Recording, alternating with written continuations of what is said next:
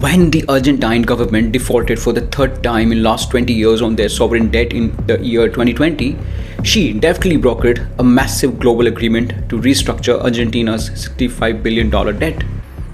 In the end of the sovereign debt negotiations with Argentina, Jennifer O'Neill helped secure about $13 billion more for a group of creditors than Argentina insisted it could ever possibly pay. Jennifer O'Neill is a managing director at the BlackRock, which oversees and manages assets more than $7 trillion worldwide. BlackRock is also the biggest private lender to Argentine government along with many others. Yes, a private corporation owns a huge debt of a nation along with many other.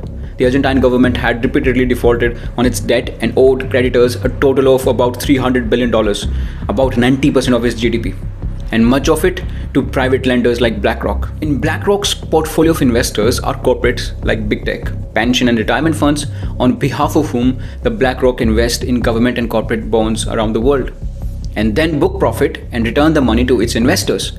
Remember, that's not BlackRock's own money. They are like a mutual fund. Refinancing Argentina's hefty debt was the only way forward, but reaching consensus required delicate face-saving negotiations for Argentina and the support of dozens of anxious and hungry creditors like BlackRock. Jennifer O'Neill and her BlackRock colleagues were working in a group of 15 financial institutions, which in turn represented the interest of various investors around the world.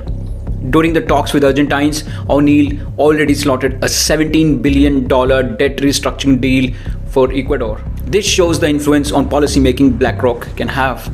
BlackRock, along with Vanguard and State Street, manage most of the assets around the world. They invest on behalf of their investors.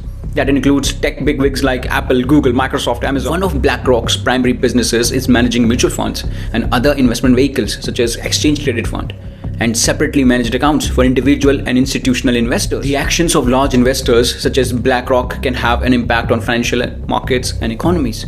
For example, if BlackRock were to be suddenly selling a large amount of debt or government bonds issued by a particular government or company, it can cause a decline in the value of that debt and potentially impact the issuer's ability to raise capital in the future. Additionally, if BlackRock were to engage in shareholder activism or other form of engagement with companies it invests in, it could influence corporate behavior and decision making to a great extent.